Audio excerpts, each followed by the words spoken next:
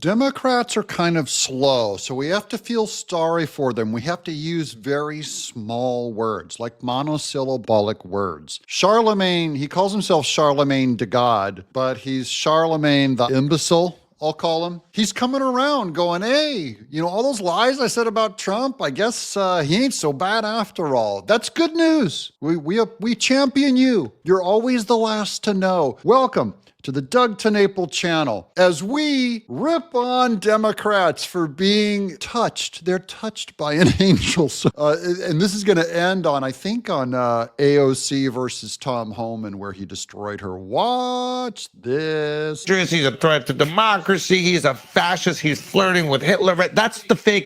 Yeah, but that's too much. I'm like agreeing. That rhetoric is too much. I'm agreeing with you. And now I think what they have to realize is, what? Listen, I'm with you, Chris. I'm not going to sit here and act like I didn't call Donald Trump. Changing my energy for what it's worth. Democrats, Chris Morrow's not changing his energy. I'm with you. Listen, if I'm the last one on this, I never called Donald Trump a fascist based off anything I heard from Democrats. I said that because of things I heard come out of Donald Trump's mouth, right? But guess what? I don't even know if I believe it anymore. He doesn't even believe it anymore. He says, I heard with my own ears something Trump said that made me think he was a fascist. And now I don't even know if I believe it anymore. Charlamagne de God is just now admitting to you, he doesn't even know if he believes himself anymore. Good point. I don't believe you either. Because of how only because of how they're acting. I'm like, well, God, maybe it ain't that much of a threat. Exactly. You know what I'm saying? They lied to you. And by the way, that don't change my vote. I would have still voted for the vice president. Right. But it's just like... I like this because now it makes no sense. Why would you still vote for Kamala Harris? They can't learn. Guys, they're slow. They're special needs. We have to hold their little hand and walk them through this. He'll come around. It's going to take a while, but he would still vote for Kamala Harris. Now you're just dumb. He goes, I admit that the media lied to me. I believed something wrong, but I'd still vote for Kamala. Now you're just being obstinate. You're just a disobedient little child. You threw a tantrum and you're still throwing a tantrum. Y'all still believe he voted for Kamala Harris? You with Kamala? That's I genuinely, but for reasons, right? I voted for the vice president. Yes. No, I voted for the vice president because number one, I do believe in her, but also that's my friend. That's a person I consider a friend. You're not going to support your friend for president? Yo, you really think that Charlamagne voted for Kamala Harris for president? Absolutely. Because back in 2000... Now, they don't believe that Charlamagne even voted for Kamala Harris. I do believe it because I think he might be touched. I'm just happy to see him, throwing Donald the tiniest bit of credit. I'll take every little win from these people because I know how difficult it is, how impossible it is for a Democrat to admit that they screwed up. Speaking of Democrats who can't admit they screwed up, here is weirdo Don Lemon, man of the past, with his conspiracy theory on it being too cold for Trump's inauguration. That's why he went inside. Too cold, Donald, really, to have your inauguration outside because the temperature is going to be 23 degrees. Okay, let's just put this into perspective. It was 7 for Reagan. It was 22 for Kennedy. It was 28 degrees for Barack Obama with winds somewhere in the 20 mile an hour range as well. It was freezing. So I'm not sure it's the cold. I think maybe it's that you're afraid of the crowd sizes and that hotels are still available. And that a lot of people, as many people as, showed up for, Barack Obama or Joe Biden or whatever, won't be showing up for your inauguration. I think it's the crowd sizes. That number is more important than the temperature number. Wrong answers only. He thinks that that Trump is just bringing it indoors, even though it's freezing. And hey, people are softer now, okay? I'm from Tennessee. If I went and it was 24 degrees out and I had to stand outside for an inauguration, I would not enjoy myself. I would be freezing. I have California going through my blood. Plus there's security reasons why, because your party wants him killed. So there is security reasons why he may not want to hold it outdoors. Okay, I think he's doing a profound kindness to people. Look, if they want to stand outside, I'm sure they'll have Jumbotron, they'll have big screens outside where they can still go out in the public, whatever. The idea that Trump needs the crowds, no. Don Lemon, he won an election, a popular vote. with the biggest landslide. There's no greater way that someone can show their approval of you than getting their votes. He doesn't need another full arena. Okay, he did that to win the presidency, and now he's president. You know, crowds don't matter. He got the job. That's all he wanted. Now, this next one, I hope you're not eating, because this is just a very disturbing dumb. Hello, I'm Admiral Rachel Levine. This Black History Month, I'm pleased to partner with OMH in advancing better health through better understanding for Black communities. Wait a minute. Now, am I missing something? This is Rachel Levine on Black History Month. Did I miss something? Because that is a white person. And Rachel, I'll use Rachel's first name to avoid using a pronoun, but Rachel is lecturing, a white person is lecturing Blacks about health. Climate change is having a disproportionate effect on the physical and mental health of Black communities. No, guys, climate change. This is like a perfect storm of stupidity. It's Rachel Levine, a white person, lecturing Blacks about climate change having a disproportionate physical and mental health on Black communities. This is like, Inception. It's like Democratception. It's like that Venn diagram of everything. Wow, this is a car wreck, but it brings joy to me because all this BS is gone when Trump comes to town. Black Americans are more likely than white Americans to live in areas and housing that increase their susceptibility to climate-related health issues. And 65% of Black Americans report feeling anxious about climate change's impact. Well, now whose fault is that? Who made the Black people anxious about the climate? It's not Republicans. It's not Trump. Democrats have screamed their weird apocalyptic hysteria.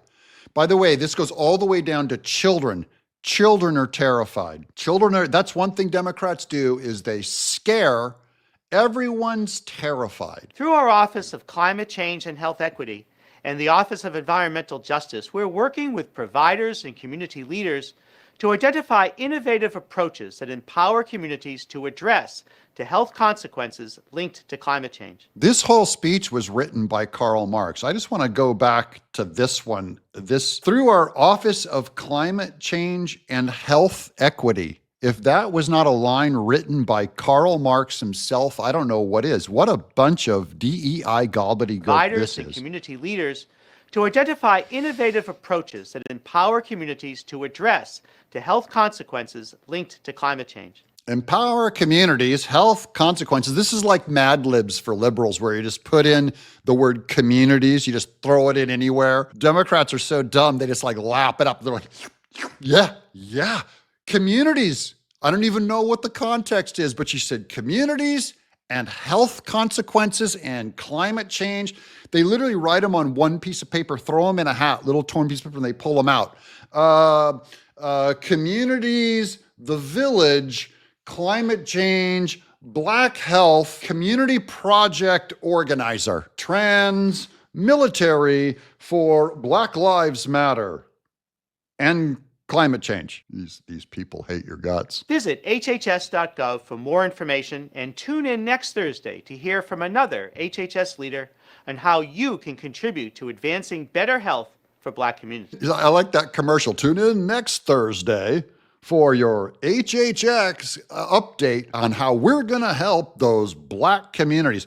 By the way, if you're a white community suffering, you're screwed. This white person, what if I'm having health issues because of the climate change? What if, poor me, what if I'm having mental damage? And just because I'm lower susceptible doesn't mean I don't need some help here. For more information, this is for Black History Month. No wonder why so many Blacks fled the Democrats and ran to Trump.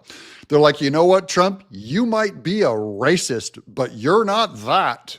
I'm on board, brother. You're my guy. Here's Trump with a guy who got canned from the Air Force for criticizing DEI, Trump's going to get him his job back. First F-15 pilot, and I was a commander in your newly created U.S. Space Force. I am also the first veteran of the Space Force because under the Biden-Harris regime, I was fired from my command and lost my pension for criticizing DEI trainings that were rampant in the military. Those trainings are still dividing our troops, and thank you for saying you would fire those few woke generals who are a big problem. I'm going to suggest that it might, in fact, require ongoing oversight and a persistent, consistent, watchful eye within the Pentagon to ensure this monster never returns to the Defense Department. Will you consider establishing a special task force office to ensure that these monsters never return to the Defense Department? You know what I'll do? I'm going to put you on that task force. I think it's good. Not going to do better than him.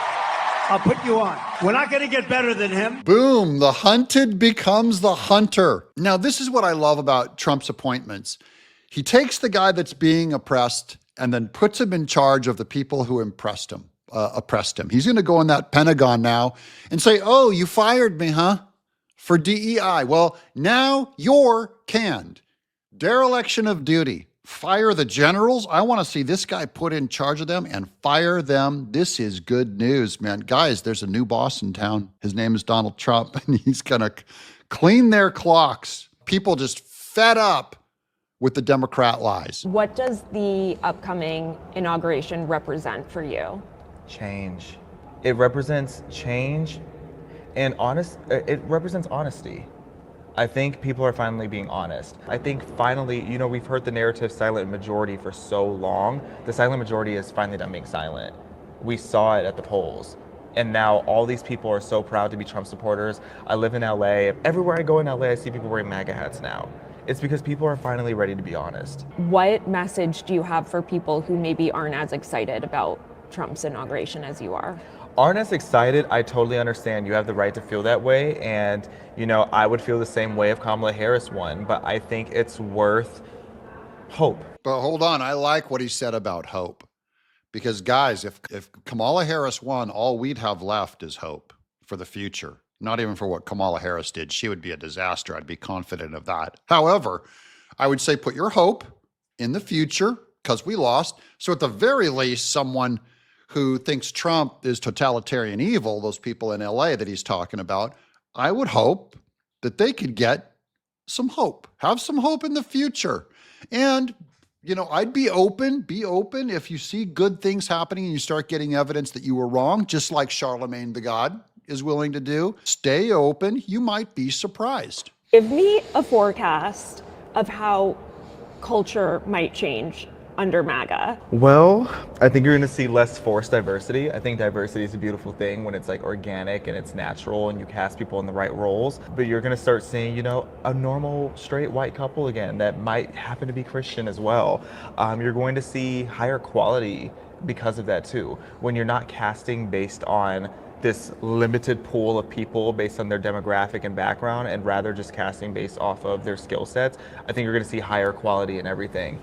Merit's coming back, my people. That's what happens when you stop hiring because of race, gender, blah, blah. Quality's going to go up across the board, including all these other companies that have announced that they're ditching DEI. McDonald's has announced it. Many networks have announced it. As they ditch DEI, including universities, the quality will go up. So I think culture is going to just be cool again. I think it's going to be cool to be healthy again, to be hot again, to be unapologetically yourself and not just unapologetically ethnic, unapologetically whoever the hell you are. And I love that for us. I like that message too. Everyone just wants to be themselves. And he's saying, look, instead of you having to just be a black person, a blackity black, now you can just be yourself. See, our external attributes, instead of me being white, Christian, white, Christian, Republican, we know what you are. And instead of running me down these traits, these boxes, that if you check the box, you get a pass. If you don't check the box, you get no favors, you're in trouble. I like merit. When I watch a comedian, I really, obviously, it's not even shocking for us to say, I can't make you laugh more by saying that comedian's a white Christian.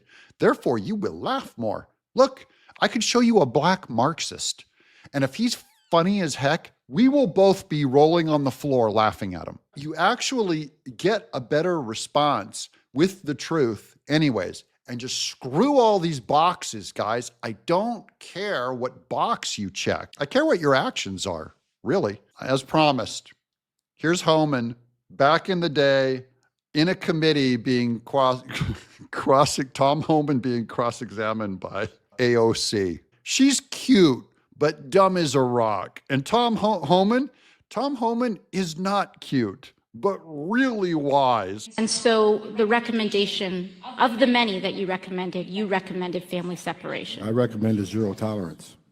Which includes family separation.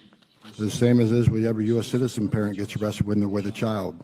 Zero tolerance was interpreted as the policy that separated children from their If I get arrested for DUI and I have a young child in the car, I'm going to be separated. When I was a police officer in New York and I arrested a father for domestic violence, I separated that father Mr. from his Homan, family. with all due respect, legal asylees are not charged with any crime. When you're into the country illegally, it's violation 8 United States Code 1325. Seeking asylum is legal. If you want to seek asylum, you go through the port of entry, do it the legal way. The Attorney General of the United States has made that clear.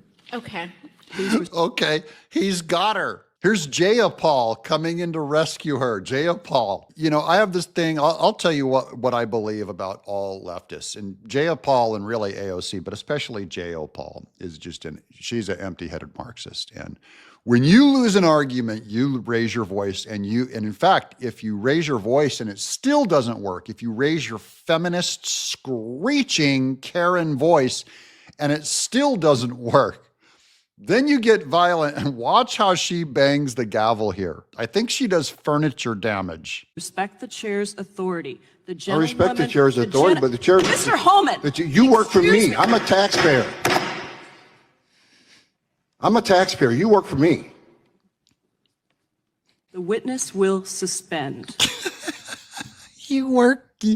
This is what you do when feminism comes in your face. When it's your boss or they send you to human resources, do like Tom Homan.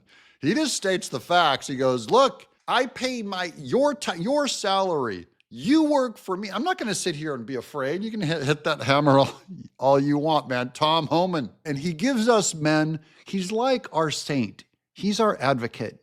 I want a little Tom Homan saint necklace.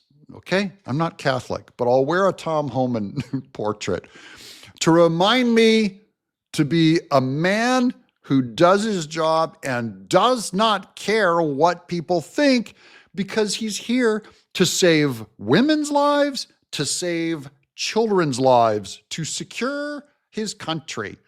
You don't have to apologize for anything when you just walk the walk like Tom Homan. And Jayapal, man, she's mad. AOC is mad. You know what, guys? Keep being mad. Rachel Levine, you mad? Keep being mad. Do not care. Charlamagne de God, is Trump still on trial? Don't care. Don't care. We're going to come in and fix everything. We're going to, the Trump administration, you know, I'm not in his administration. I'm here just doing a YouTube channel. Lives will be saved. Quality is going up. When that quality goes up at McDonald's, that everyone enjoys that. When the quality goes up in the military, the California Fire Department, the rebuilding, even Democrats are going to have a better life. Under Trump, under Republicans, Democrats and Republicans benefit. Under Democrats, if Kamala Harris won, you know who has a life that's worse? Worse, not just Republicans, but Democrats too. Hope you guys have subscribed. Thanks for watching. More videos to come. I'm Doug in Exile.